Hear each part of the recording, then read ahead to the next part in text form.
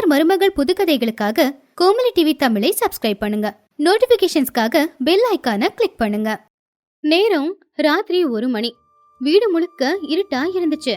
சரியா அந்த நேரத்துல கோமலியோட அறைக்குள்ள போய் அவ பெட்டியில வைர ஆரத்தை ஒளிச்சு வச்சுட்டு அப்பாடா தப்பிச்சோன்னு நினைச்சு லாவண்யா திரும்பும் போது அந்த இருட்டுல அவளுடைய கையை யாரோ இறுக்கமா பிடிச்சாங்க. இந்த வீட்டை பத்தி இன்னும் உங்களுக்கு சரியா தெரியல அண்ணி. இந்த இருட்டான நேரத்துல இந்த அறையில உங்களுக்கு என்ன வேலை? இங்க யாரை தேடிக்கிட்டு இருக்கீங்க? அந்த பெட்டி எதுக்கு திறந்தீங்க? லாவண்யா பயத்துல சத்தமா கத்தலான்னு தான் நினைச்சா. ஆனா தொண்டை வரல. அவளுக்கு ரொம்ப பயமாவே இருந்துச்சு. அப்பதான் அந்த இருட்டு அறையில சின்னதா ஒரு விளக்கும் எரிஞ்சுது. அந்த வெளிச்சத்துல லாவண்யா எதிர்க்க நிக்கிற பொண்ணை பார்த்து லாவண்யா ரொம்பவும் ஆச்சரியப்பட்டா. அது ராமாராவுடைய ஒரே ஒரு பொண்ணு, ராஜேஷோட தங்கச்சியான கௌரி. பண்டிகைக்காக ஊர்ல இருந்து சாயந்தரம் கிளம்புனவ ராத்திரி நேர்ந்தா வீட்டுக்கே வந்து சேர்ந்தா. கௌரி நீயா? திடீர்னு இங்க எப்படி நீ? ஐயோ நான் பயந்துட்டேன். என் கைய பிடிச்சதுல என் கைய எப்படி வலிக்குது தெரியுமா? நான் எப்ப வந்தனா? நீயும் எங்க அம்மாவும் சேர்ந்து சமையல் அறையில ஏதோ திட்டம் போட்டீங்களே, அது எல்லாத்தையுமே நான் கேட்டேன். நீ எவ்வளவு வரதட்சணை கொண்டு வந்திருந்தாலும் எங்க வீட்டுல வந்ததுக்கு அப்புறம் திமிராலாம் நடந்துக்க கூடாது. ஆமா, ராத்திரி நேரம் எங்க பெரியண்ணியோட ரூம்ல உனக்கு என்ன வேலை? கையில ஏதோ வச்சுக்கிட்டு இருக்கிற மாதிரி இருக்கு. என்னது? காட்டு, கையில என்ன வச்சுக்கிட்டு இருக்க? காட்டு அப்படின்னு சொல்லி கௌரி அவ கையில இருக்கிற அந்த வைர ஆரத்தை புடுங்கி பார்த்தா. லாவண்யா ரொம்பவே பயந்துட்டா. ஒன்னும் இல்ல கௌரி, நீ ஏதோ தப்பா நினைச்சுக்கிட்டு இருக்க. அத்தை இந்த வம்சத்தை சேர்ந்த இந்த வைர ஆரத்தை கோமலோட பெட்டியில பத்திரமா கொண்டு போய் வெயின்னு சொன்னாங்க. நாளைக்கு பண்டிகைல வீட்டுக்கு நிறைய பேர் வருவாங்க, தொலைஞ்சு போயிடும்னு. அதான் அத வைக்கிறதுக்காக வந்தேன். அடடடா, கதை ரொம்ப நல்லா இருக்கே அண்ணி.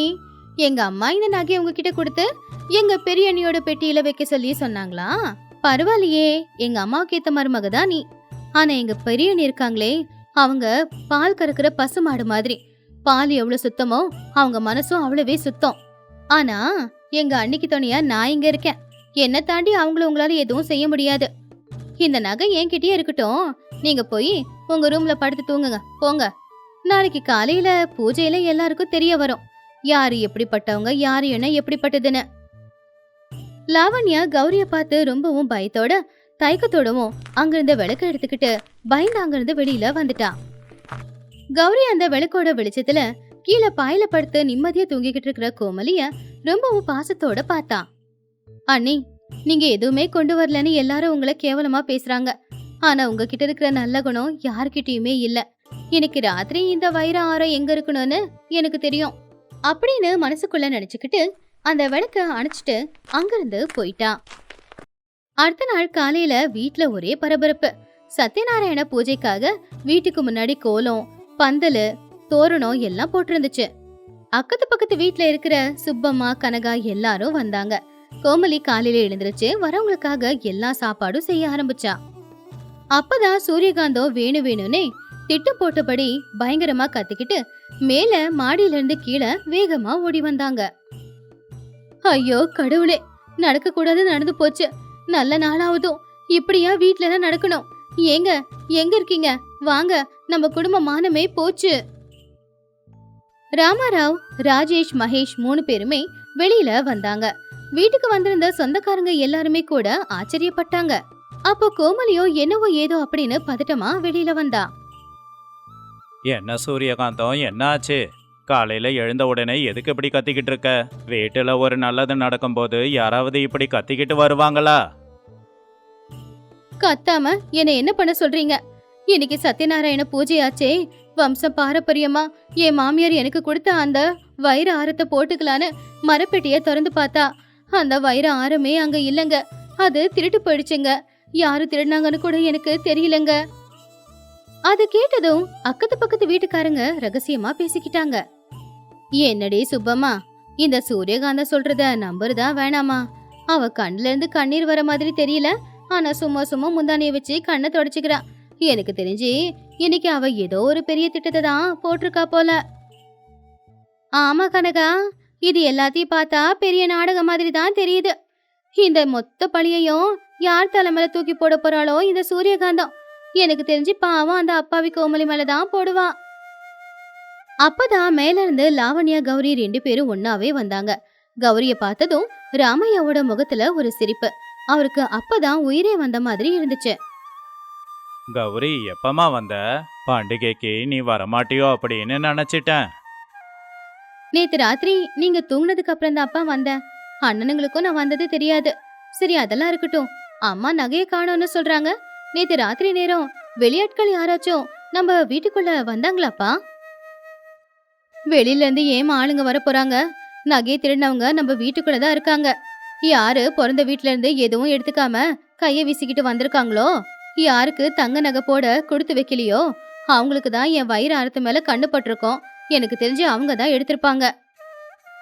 இத கேட்ட உடனே ராஜேஷோட கண்ணு கோவத்துல செவந்து போச்சு. ஆனா கோமலியோட கண்ணுல இருந்து கண்ணீர் கொட்ட ஆரம்பிச்சது. அந்த அவமானத்தை அவளால தாங்கிக்க முடியல. அம்மா, வார்த்தைய பார்த்து விடு. எதுவுமே இல்லாம வந்தவ அப்படின்னு நீ என்னோட பொண்டாட்டியை தானே ஜாடமாடியா பேசிக்கிட்டு இருக்க. என் பொண்டாட்டி எதுவும் கொண்டு வராதவளா இருக்கலாம், ஆனா மத்தவங்க சொத்துக்கு ஆசைப்படுற கேவலமான குணம் அவளுக்கு இல்ல. ஓஹோ அப்படியா? அப்படின்னா நகையை திருடினது யாரு, உன் பொண்டாட்டியோட குணம் என்ன, அவ எப்படிப்பட்டவ அப்படின்னு இப்போ உங்க எல்லாருக்கும் முன்னாடி நானே நிரூபிக்கிறேன். எல்லாரும் வாங்க, கோமலியோட ரூம்ல இருக்கிற அந்த பழைய மரப்பெட்டிய திறந்து பார்க்கலாம். என்னோட நகை அதுல இல்லைன்னு வச்சுக்கோங்க, நான் பண்ணது தப்புன்னு நானே ஒத்துக்கிறேன். சூரியகாந்தத்துடைய பேச்சு கேட்டு வந்தவங்க எல்லாருமே ரொம்பவும் ஆச்சரியப்பட்டாங்க. கோமலி கண்ணுல கண்ணீரோட அவனுடைய மாமனார பார்த்தா. சூரியகாந்தம், என்னோட கோவத்தை பத்தி உனக்கு தெரியும்ல. வீட்டுக்கு வந்த மகாலட்சுமியான என் மருமக மேலேயே திருட்டு பழிய போடுறியா? நீ அந்த நகைய வேற எங்கேயாவது வச்சுட்டு மறந்துருப்ப, போய் பாரு. என்னங்க மாமா, எதுக்கு இப்ப அத்தை மேல இவ்வளவு கோச்சுக்கிறீங்க? அத்தை சொல்ற மாதிரி போய் செக் பண்ணி பார்த்துட்டா அங்க நகை இருக்கா இல்லையான்னு தெரிஞ்சுக்க போகுது. அப்போ யார் சொல்றது பொய், யார் சொல்றது உண்மைன்னு நமக்கு தெரிஞ்சிடும் இல்லையா? லாவண்யாவோட கண்ணுல ஒரு திமிர் தானா தெரிஞ்சது. எப்படியோ ஒண்ணு கோமலி அவமானப்பட்டா போதும் அப்படிங்கிறது தான் அந்த எண்ணம். ஆனா ஒரு மணிக்கிற கௌரி மட்டும் லாவண்யாவை பார்த்து மெதுவா சிரிச்சுக்கிட்டு இருந்தா. சூரியகாந்தம் பொறுமையா இறங்கி கோமலியோட ரூமுக்கு வந்தாங்க. அந்த ரூம்ல மூலையில ஒரு மரப்பெட்டியே இருந்துச்சு. மரப்பெட்டியை அவங்க திறந்துகிட்டு இருக்கும்போது ராஜேஷ் ரொம்ப கோவமா அவங்க அம்மாவை முறைச்சுக்கிட்டு இருந்தான். சூரியகாந்தம் மெதுவா கிர்ன்னு ஒரு சத்தத்தோட அந்த பெட்டியோட மூடிய திறந்தாங்க. அதுல இருந்தது எல்லாமே கோமலியோட பழைய நூல் புடவைங்க. அவங்க சொல்ற நெக்லஸ்லாம் எதுவும் அதுல இல்ல. பாவம் அதை பார்த்து அவங்க முகமே வாடி போச்சு. அவங்க கண்ணை பெருசாக்கி லாவண்யாவை பார்த்து ஏதோ கேட்டாங்க. என்ன லாவண்யா இது? நகை எங்க? நேத்து ராத்திரி பெட்டியில வச்சதா நீ தானே சொன்ன அப்படின்னு பொறுமையா கேட்டாங்க. லாவண்யாவுக்கு முகமெல்லாம் வேர்த்து கொட்ட ஆரம்பிச்சது. வாயில வார்த்தை வரல. ராத்திரி பெட்டிக்குள்ள அந்த நகையை வைக்கிறதுக்கு முன்னாடியே கௌரி வந்து அந்த நகையை வாங்கிக்கிட்ட விஷயத்த அவ சூரியகாந்தத்துக்கிட்ட இன்னும் சொல்லல. என்ன சூரியகாந்தம், பெட்டியில நகை இல்லனா என் தப்ப நான் ஒத்துக்கிறேன் அப்படின்னு சொன்ன. நான் வேணா அடுப்புல இருக்கிற மசையை கொண்டு வந்து கொடுக்கவா? உன் முகத்துல பூசிக்கிறியா? உன்னோட மூத்த மருமக தங்க மாதிரி. அந்த பொண்ணு மேல இப்படியெல்லாம் பழி சுமத்த பாக்காத. அதுக்கப்புறம் உன் குடும்பம் நல்லா இல்லாம போயிடும். சூரியகாந்தம் வெக்கப்பட்டு தலை குனிஞ்சு நின்னாங்க. ராஜேஷ் பெருமையா தான் பொண்டாட்டிய பார்த்தா. கோமலி கண்ணுல கண்ணீரும் இல்ல. எல்லாரும் கதை முடிஞ்சது அப்படின்னு நினைச்சு வெளியில வரும்போது கௌரி எல்லாருக்கும் முன்னாடி வந்து நின்னா.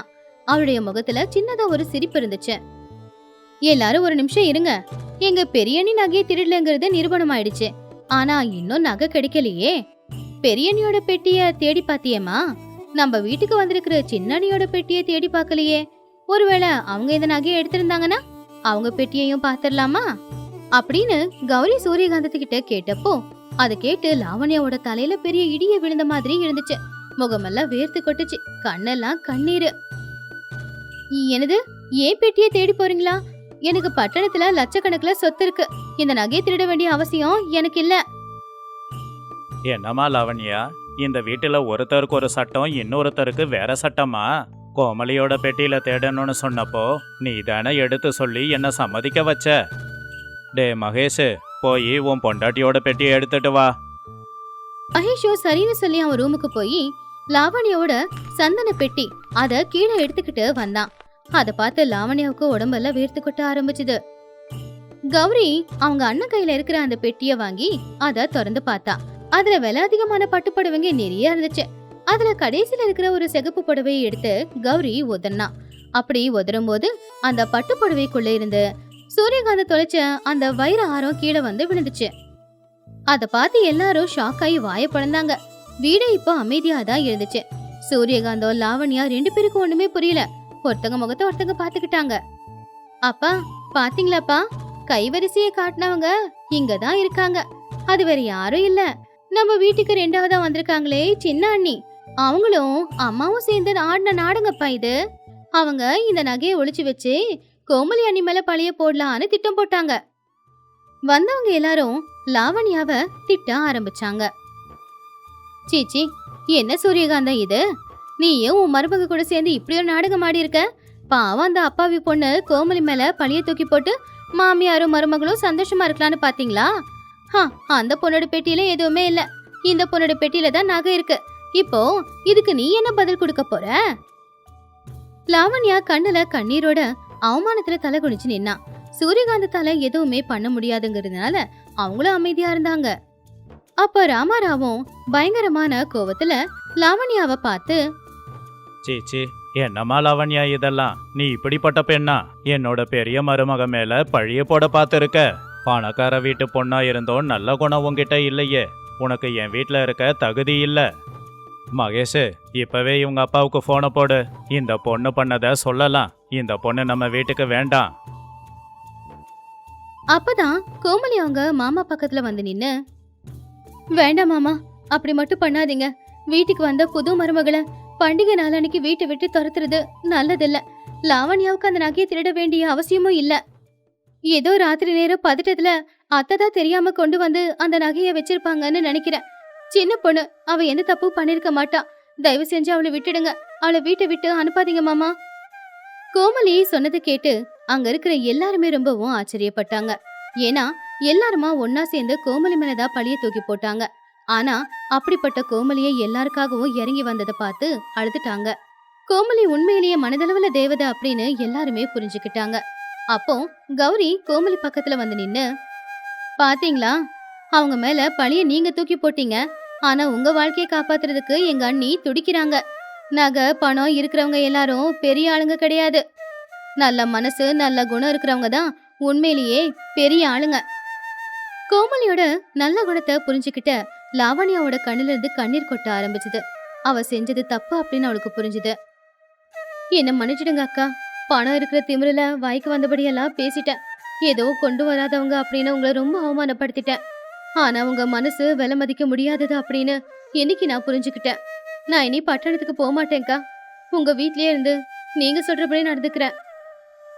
சூரியகாந்தமும் கோமலியோட கண்ணை பார்க்க முடியாம தலை குனிஞ்சே நின்னுக்கிட்டு இருந்தாங்க. அந்த பூஜை நல்லபடியாவே முடிஞ்சது. வந்தவங்க எல்லாருமே கோமலிய மனசார பாராட்டிட்டு அவங்கவுங்க வீட்டுக்கு போயிட்டாங்க.